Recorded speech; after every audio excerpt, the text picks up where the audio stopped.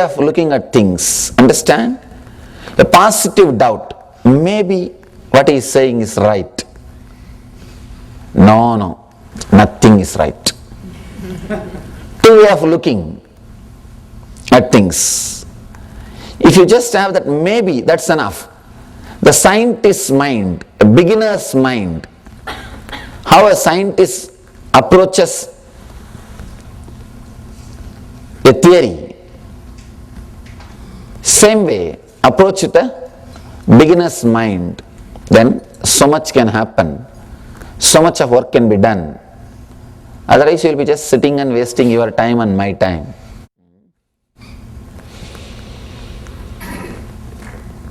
Upanishad is a very powerful process.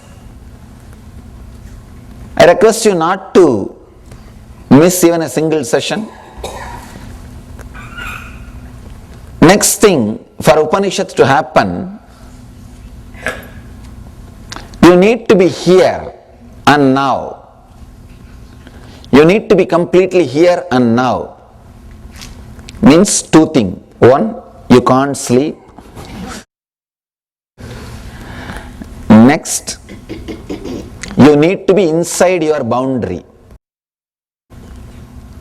Your bodies are not your homes. It is more like your hotels, your lodges.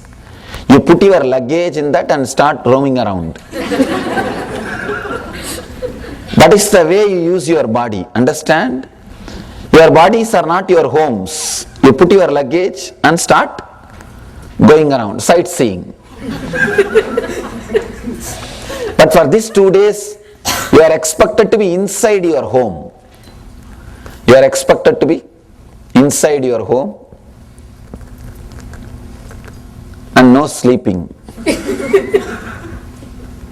There's a small story. I always love to tell this story because I myself enjoy this story.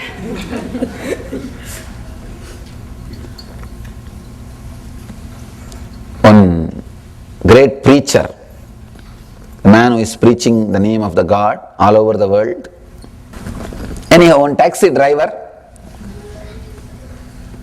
and this great preacher, both of them died. Reached the Yama's court, Lord of Death. Yama is doing his regular inquiry. First the taxi driver came, as usual, fast. Yama asked, what were you doing? I was driving taxi. Then he just saw the list of the sin and merit. Now they're computerized. Tuck, tuck, tuck. Saw the whole list and said, all right. Have the golden key, go to heaven. Then next the preacher came. Yama asked, what were you doing? What's your name? I was spreading Lord's name all over the planet Earth. He started giving his regular sermon, as usual. Memorized, usually it will be memorized. And Yama said, stop, relax. Then he saw the list of sin and merits. He said, I think you need to go to hell. The moment the preacher heard this, he started shouting, what? Just for a taxi driver you gave heaven? How dare you send me to hell? I'll sue you. Shouting. Preachers are professional shouters. That is another one thing. Shouting. Yama said, relax. Here up in the heaven, we don't bother what you do. We bother the result. This taxi driver guy, even though he was driving taxi, he was so wild in his driving, people who were sitting inside the taxi and outside, all of them were praying for their life. He made so many people theists. He made them all believers of God. What he does is secondary, but the effect of his action, he converted many of them into believers. But you, even though you were preaching in such a way people were sleeping. Understand, the problem is, If you sleep now, when I go there, I will have problem. May not be for your sake, at least for my sake. Don't. When I go there, I'll be given the hell's key. So at least for my sake, no sleeping. We are going to directly deal with how you are living. So now, we can't afford to sleep. Neither you can afford to sleep, nor I can afford to sleep. So both of us have to remain awake. Do something. What you will do is up to you.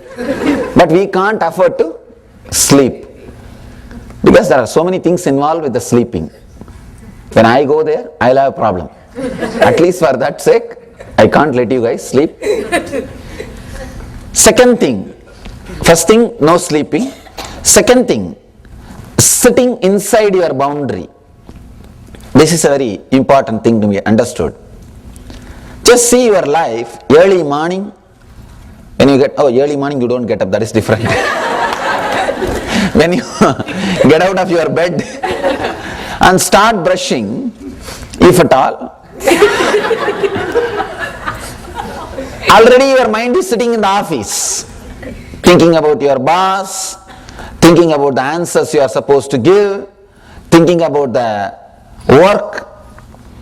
By the time you reach your office and sitting in the office, already your mind is in the beach, evening. Thinking about the beach or the weekend vacation.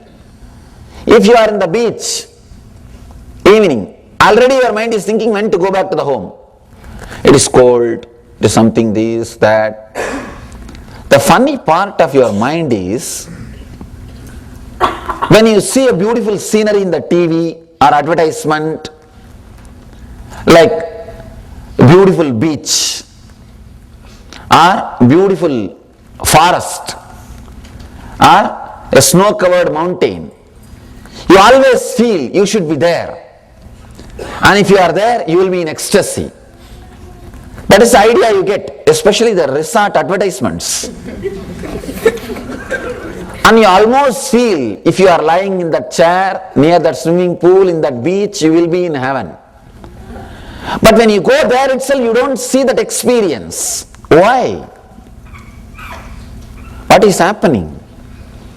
Why, when we see visually, it feels that we will be in ecstasy? When we go there, it is not an experience. It's not becoming an experience. First thing, the moment you are in the beach, already your mind has started thinking about when to be in the home. When you are back in the home, already your mind has started thinking about next day routine. If your body is here, one thing is sure, you are not here. Now for this next 2 days, you will not use your body as a lodge or a hotel. You will use your body as a home. Come back. Just be inside your boundary. Only then I can work with you. You and me, both of us need to sit with each other. Understand? You and me, both of us need to sit with each other.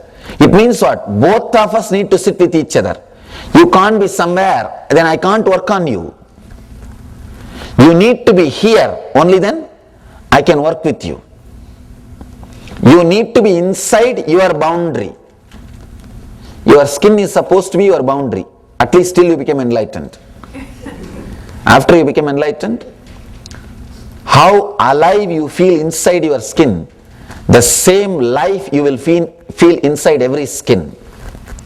Inside this pillow, inside this seat, inside everything, you will feel that same life. At least now, skin is your boundary. That is your boundary. Come back. Come back. Be inside your skin, inside your boundary. Only then the Upanishad can happen. Both of us need to sit with each other. That is why this Upanishad starts with a beautiful mantra, Sahana Vavatu, Sahanau Bhunaktu, Sahaviryam Karavavahai, Tejasvi Navadita Mastumavit Vishavahai. Beautiful mantra. Let both of us not hate each other. Let both of us grow together. The beauty of the education in Vedic tradition is not egocentric. The master says, let both of us grow. He is not saying, let you grow, I will teach you. No. He is saying, let both of us grow. That's the truth. That is the truth. Let both of us work with each other. Let both of us not hate each other till we end the process. Let both of us feel connected at least till tomorrow evening. Understand? You may sit here like as you are attending a weekend workshop or a management course. Any attitude is okay, no problem. But decide, these 2 days you will sit sincerely with the whole process. I am not asking you to accept me as your guru and all. I am not asking. Actually people ask me, Swami, should I accept you as a guru? I said no. If I am your guru, this question will not raise. As long as this question is there, I am not your guru. Forget about it. Search, seek. And the people, one more thing, I always tell people, even if you accept me as a guru, there is nothing wrong learning from some other source or some other master or some other place. I always tell people, pluck flowers from all gardens and make a beautiful bouquet for yourself. Nothing is wrong. After all, I am here to enrich your life. If somebody else also is enriching, observe. What's wrong? It's not like a shop. If you come to my shop, don't go to other shop. It's not mom shop, pop shop or mom and pop shop. It's not a shop. If you come here, don't go there. Nothing. Enrich yourself wherever you can or whatever way you can. Just these 2 days, don't bother about this or that or with all your internal struggles and unnecessary useless questions. Just sit with a deep, receptive, prayerful mood inside your boundary. The whole process can happen. The whole process can happen. The Upanishad can start happening. Till tomorrow evening, let us not hate each other. That's all.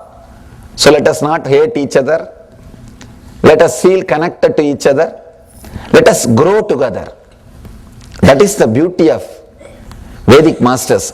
Enlightenment is ultimate experience but not final.